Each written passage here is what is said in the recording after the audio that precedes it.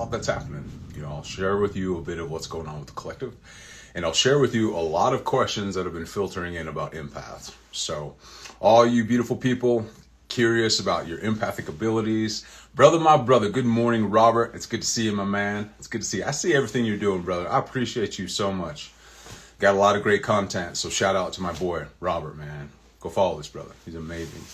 So there's a lot of things. Jan, what's going on? Awakening with Jan. Hey, you did a beautiful live the other day. I tell you what, talking about reflexology, talking about a whole bunch of amazing things about the gut, because you're so spot on. I'll just talk about that just real quick, but it's so important, the food that you put in your body, because every piece of food and every piece of liquid, has a certain frequency, and some more live food, right, has a higher resonance. And so it's good to eat your grains, it's good to eat your veggies, good to eat your fruits, all that good jazz. Just keep the gut clean. It's really good. That's why you hear, trust your gut instinct. If you're eating a whole bunch of dense food, if you're eating a whole bunch of lower vibrational type of food, it makes it a little bit harder to hear that gut instinct. So what's up? So true. Robert says, the more we pay attention to what goes in our bodies and minds, we realize that too is a choice. So spot on. Because a lot of times we get stuck in habitual patterns, right? Where we all know what emotional eating is. Okay. I'm an empath. I'm a big dude. I'm Samoan. I love food. And so when I feel the heat of the collective, I feel the heat within me, man, I go right to the pantry. I start just gobbling up everything. And then I have to be in the gym for like hours and hours and hours on end. You know what I'm saying? Yeah. Hey, yeah, no worries, Jen. I actually do, foot zone therapy, so I work on people's feet and stuff like that. For those of you who don't know, there's different healing modalities, reflexology and foot zone therapy. Okay, that's what got me started into a whole bunch of energy things. I'll share with you guys the whole story behind that because it's a big one.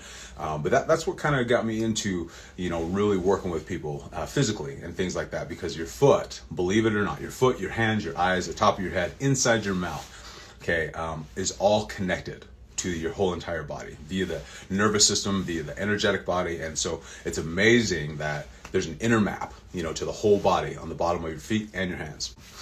Yeah, reflexology, foot zone therapy, it's a beautiful thing. Like I've seen what would be called as miracles take place just from foot zone therapy and reflexology. Phenomenal stuff. It's amazing stuff, So let me get back on track. I get distracted a lot with y'all, which is a good thing. Someone told me the other day, they're like, man, Tyce, just come on, just interact with people. And I love your distractions because it's just what we need. So we'll just roll with it, Let me take some water here. But I got a lot of beautiful messages surrounding empathic abilities and things of this nature. Okay, and the biggest thing that I run into with different levels of empaths is that we give so damn much, we really do. And we don't really expect a lot in return, but just maybe something small would be grand. But a lot of times we don't even receive that, you know what I'm saying? No. So getting back to the empathic part, right, is that what happens is that we see so much, around us, so much family members, so much friends, coworkers, just random strangers, that we know we can help them. And so we want to help them. But a lot of times when we help people, we don't recognize that we are actually giving our power away. Okay. This is why I talked about equivalent exchange. Okay. Equivalent exchange of sending and receiving something. This is so important, similar to energy. Okay. When I talk about resonance, someone has to come in resonance with you. And if they don't, something has to move. Okay, you cannot destroy energy. You can only what? Transmute it. I think that was Albert Einstein, right? And it's so true because when we give, okay, no matter who it is, family member, friend, stranger, and we receive nothing in return, how good are we and how good can we be grounded to be a supporting factor for them if our vital force energy tank is depleted? Okay, this is why all of a sudden we give so much, we give our heart. Okay, you're literally like, boom, here's all my full heart, even though the person probably doesn't need it, but we think We think they do. So why do we have this sense of vibration? Why do we feel the need to kind of help everyone around us? Because it's a beautiful thing, right? We're healers. We want to be able to help, right? We have that because that's our vibration.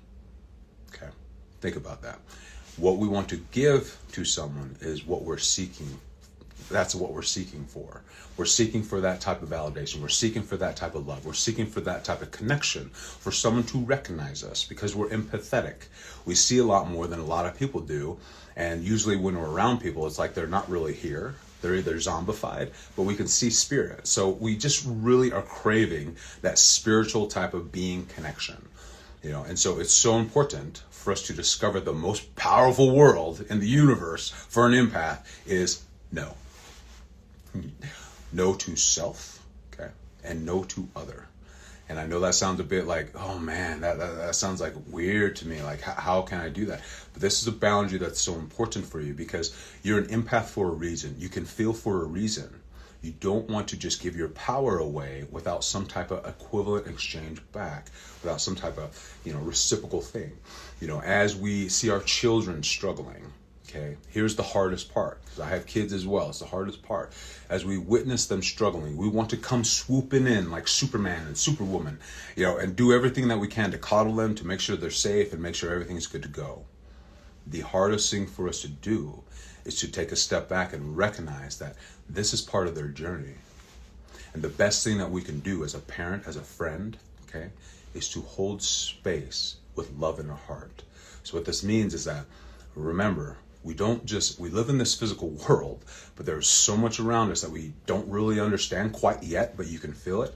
So your intentions, your vibration is more important than just anything that you can do for them physically. Okay? I'll tell you this, when I was going through the dark night of the soul, when I was going through a lot of shadow work, I had wronged a lot of people, things I'm not proud about, right? Hey, what's going on, everybody? And I had a teacher in the spiritual world shared with me that, hey, look, bro, you go off and you heal and you do all these type of things, from afar. Do you not recognize the psychic connection, the cord that is tied to you and everyone you're in contact with? You don't necessarily, okay, now in some cases it's good to go apologize to somebody and do your thing to make it right. But in certain cases, people don't want to hear from you, but you did something wrong. This was my case. So what I did was I connected to them energetically in the field with my intentions, brought myself grounded, rooted here and now. And it was as if I literally had, their essence right here. And I spoke to that essence and I apologized and I poured my heart out to that. Ho'oponopono. I love you. I'm sorry. Please forgive me. Thank you. And then boom, kiss it and let it go. Then you don't think about it anymore. Trust the process. When I grew up in kind of a strict religious type of environment, nothing wrong with that. It's just how I was brought up. And so I used to hate the word faith because I left that religion and I left that, and it was all about have faith and da-da-da. To me, this is what faith is about. Having faith that you can connect to somebody. You don't have to physically talk to them, or you don't have to physically be with them, okay? You can connect to the energetic part of them, that wounded timeline that you created that affected them, okay? So you're taking accountability for self, right? You're talking to the energy, right? And you're allowing this to manifest itself out into existence, and boom. This is how you collapse that type of wounded space. But it starts with you. You see that? We take 100% accountability of everything seen and unseen within our reality. That is a true co-creator of reality, of your life. So I just want to share that with you all because I keep on getting asked this a lot. I have a lot of amazing, beautiful clients. I have a lot of amazing, beautiful students. We are learning this. This isn't like a one and done, you're good to go. But I'll share with you this. The hardest thing for us to do is to say no to someone when they're trying to use us, and we know they're trying to use us. To say no without anything behind it. It's just a solid no. Maybe you can say no, thank you, but not no because of this, because of that, because that. No, fuck that shit. Okay, that stuff's gonna hurt you in the long run. You're spending a lot of time and energy doing that. Just no, thank you. What happens? Okay, I'll share with you what happens. We think that someone's gonna think that we're cold, ruthless, complete opposite of who we are. They might think that, they might have a thought, but that'll leave. You know what'll happen is that they'll respect you. You see what I'm saying? They will respect you. We need people to start respecting us, but they won't respect us if we don't respect ourselves. So we can't just go giving willy-nilly all the time. It's a beautiful thing. Trust me.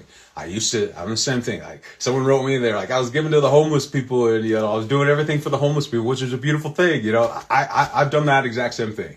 Like, if I had money in my wallet and things like that, like, I would give to the homeless. I'd do all these things. And then, believe it or not, I would find myself drained, and I couldn't figure out why. It's because I created a psychic string that had no equivalent exchange. See what I'm saying? So hopefully that makes sense. It's great to have a big heart, but instead of doing something in the physical, do something in the spiritual, baby. It's more impactful anyways. I've got my live, I got to hold it down. I'm like, why am I feeling this way? And so I always ask, and I want to share with you, every single one of you have this power to just ask, okay? So I asked, I said, you know what, universe, you know what, God, you know what, source, you know what, show unto me what the hell is going on within me that's making me feel this way. And boom, blast. It showed unto me like the energetic vibration of how everything is right now. And it's kind of in a numbing phase. People are going through dark night of the soul. People are going through shadow work. People are throwing in the towel, and it's not everywhere. It's just kind of the majority of us are just kind of feeling in this numb phase. But I'll share with you something important, which is that as I share this with you, it can change like this. So that's why it's always changing. But for me, as a sovereign being, I want to share with you how to stay even keel, no matter what, so you can weather the storm. Doesn't matter what's happening, you stay even keel. You understand. You're connected to discernment. You can see what's going on. You can see how you can impact the world by you just working on self. Like, you're a powerful freaking being, okay? I will always remind you of that. You need to understand that, all right? So, what's been going on? Shadow work. Yeah, shadow work. What's shadow work, right? What's the opposition of shadow work? Light work. Okay? That's why the two of them come hand in hand, right? Because, again, you can't have the shadow without what? Without the light. We live in a dualistic world, okay? Everything is duality. Up must imply down, right? Left and right. Everything in between, right? Or is there anything in between? So shadow work. Yeah, shadow is the part of us that we don't like, but follows us around. Shit that we suppress. Stuff we don't want people to know, but we know. Stories, experiences, something we may have witnessed. That is a traumatic experience as well. Even if, let's say, unfortunately, if you witness someone getting abused, okay, you witnessing consciousness, okay, you went through that experience. Why? Because you internalized what was happening there, and so that is some of the shadow as well. So you have your own internal shadow that you work with, and then you have the shadow within your field of awareness. This is the shadow of like everyone around you, everything that you've absorbed, all of this type of stuff. And so you're literally breaking through that shadow once you become aware of it with your attention. Okay, the light is your attention. Where you place your attention is going to be your dominant vibration. If you're paying your attention to all the news, if you're paying attention to all this kind of silly shit happening in the world today, okay, you're going to sink into that vibration, and then you're going to feel that way. And then it'll just, if you're not aware of what you're doing, and you didn't ground yourself, you didn't dispel all, kind of shit that's on you, okay, it's going to be like tar. So everywhere you go, every experience you do, you're carrying that vibration with you. Is it your dominant vibration? Man, I sure hope not. Because I'll tell you, the most strongest vibration, your heart, baby. Your heart. It's been scientifically proven that your heart is 10 times more powerful than your mind. Think about that. You know what I'm saying? So if the heart's 10 times more powerful than the mind, why do we spend our time here instead of here? Because we've been trained, taught, and educated to do this. Logic will get you from point A to B. Imagination will set you free with infinite possibilities. Okay, but you are not the imagination. You are not the mind. You're the one who watches that. So you're even more powerful than that. So these are just some little things I want to share with you all. Yes, exactly. Remember to filter, as Robert said. Remember to filter what you let go in your mind. It is your garden. It's your conscious garden, y'all. You know, what do you have within your garden? You know, you have a whole bunch of weeds. You got a whole bunch of shit in there. When's the last time you paid attention within you of all the weeds, all the shadows? You see the weeds? There's many different ways that we talk about the shadow. The weeds and everything in your conscious garden is the shadow. You know, how much are you suppressing it? Which is essentially watering the weed. You know, suppression attracts more suppression. Depression. You see how that works? Love. Frequency of love, baby. Let's go. Oh yeah, heart or head is not a joke. The thing I like about Dr. Joe Dispenza, the thing I really like about him is he talked about something really important for me, because I needed someone from a scientific background to help break down everything that I could see. And this brother did it, and I love it. He talked about heart and mind coherence. Okay. And what this really boils down to is when you get your heart in alignment with your mind, okay, with the Joker and things like that, you're unstoppable, baby. You're unstoppable. Usually this bridge right here, this energetic bridge, is usually broken or severed. Why is it broken? Because we put a wall there. You know, we've been hurt in life. You know, we had a relationship, we had an ex, we had someone do something, we had a parent, do something horrific to us. Something happened, and so we block that connection. And so we just kind of operate in the logic faculties up here in the mind. You know, we just kind of stick into the savior mentality of the physical body that just wants to, be safe, right? As it doesn't want to die because, everything in this physical realm dies, and yet we think that that's the end of everything. Well, I'm not going to ruin the surprise for you, but no. Our experience here is just the beginning.